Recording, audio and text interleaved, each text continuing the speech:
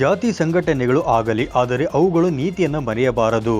ರಾಜಕಾರಣದವರು ನಮ್ಮ ಜಂಗಮರ ದೊಡ್ಡತನವನ್ನು ದಡ್ಡತನಕ್ಕೆ ಬಳಸಿಕೊಳ್ಳುತ್ತಿದ್ದಾರೆ, ಅದು ಕೂಡ ಆಗಬಾರದು ಎಂದು ಶಿಗ್ಗಾವಿ ವಿರಕ್ತ ಮಠದ ಸಂಗನ ಬಸವ ಮಹಾಸ್ವಾಮಿಗಳು ಹೇಳಿದರು.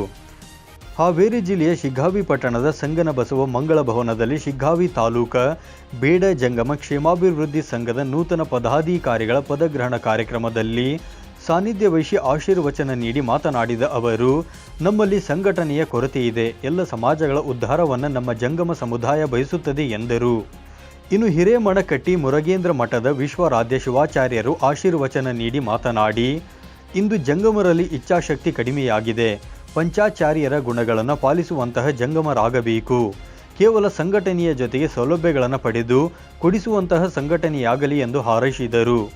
ಇದೇ ವೇಳೆ ಕಾಂಗ್ರೆಸ್ ಮುಖಂಡ ಸಂಜೀವ್ ಕುಮಾರ್ ನೀರಲಗಿ ಮಾತನಾಡಿ, ತೀರಾ ಹಿಂದುಳಿದ ಸಮಾಜ ನಮ್ಮದಾಗಿದೆ, ಸರ್ಕಾರದ ಸೌಲಭ್ಯ ಸದುಪಯೋಗ ಪಡಿಸಿಕೊಳ್ಳಲು ಮುಂದೆ ಬರಬೇಕು. ಸಮಾಜದಲ್ಲಿ ಮುಂದೆ ಬಂದ ವ್ಯಕ್ತಿಗಳು ಸಮಾಜದ ಬೆಂಬಲಕ್ಕೆ ನಿಂತಾಗ ಇನ್ನುಳಿದ ಸಮಾಜದವರು ಮುಂದೆ ಬರಲು ಸಾಧ್ಯವಿದೆ. ತಾಲೂಕಿನಲ್ಲಿ ಜಂಗಮ ಸಮಾಜಕ್ಕೆ ನೂತನ ಸಭಾಭವನಕ್ಕೆ ನಿವೇಶನ ಕೊಡಿಸಲು ಸರ್ಕಾರ ಮಟ್ಟದಲ್ಲಿ ಸಂಪೂರ್ಣ ಜವಾಬ್ದಾರಿಯನ್ನು ನಾನು ತೆಗೆದುಕೊಳ್ಳುತ್ತೇನೆ ಎಂದರು.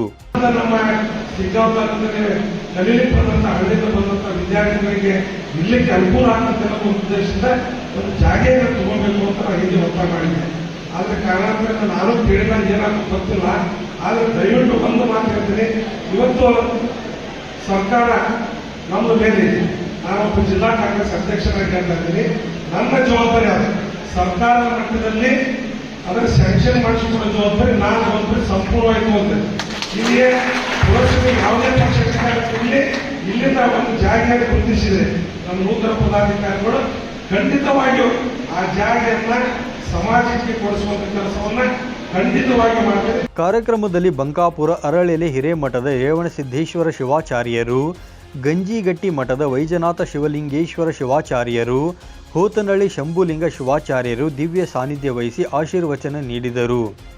ಇನ್ನು ಕಾರ್ಯಕ್ರಮದಲ್ಲಿ ನೂತನ ಜಂಗಮ ಸಮಾಜದ ಗೌರವಾಧ್ಯಕ್ಷ ಸಂಗಮೇಶ ಕಂಬಾಳಿ ಮಠ ಹಾಗೂ ನೂತನ ಅಧ್ಯಕ್ಷ ಶಶಿಧರ ಸ್ವಾಮಿ ಸುರಗಿ ಮಠ ಅವರನ್ನು ಸ್ಥಳೀಯ ಸಾಯಿ ಸೇವಾ ಸಮಿತಿ ಸೇರಿದಂತೆ ವಿವಿಧ ಸಮಾಜದ ಅಧ್ಯಕ್ಷರುಗಳು ಸನ್ಮಾನಿಸಿದರು.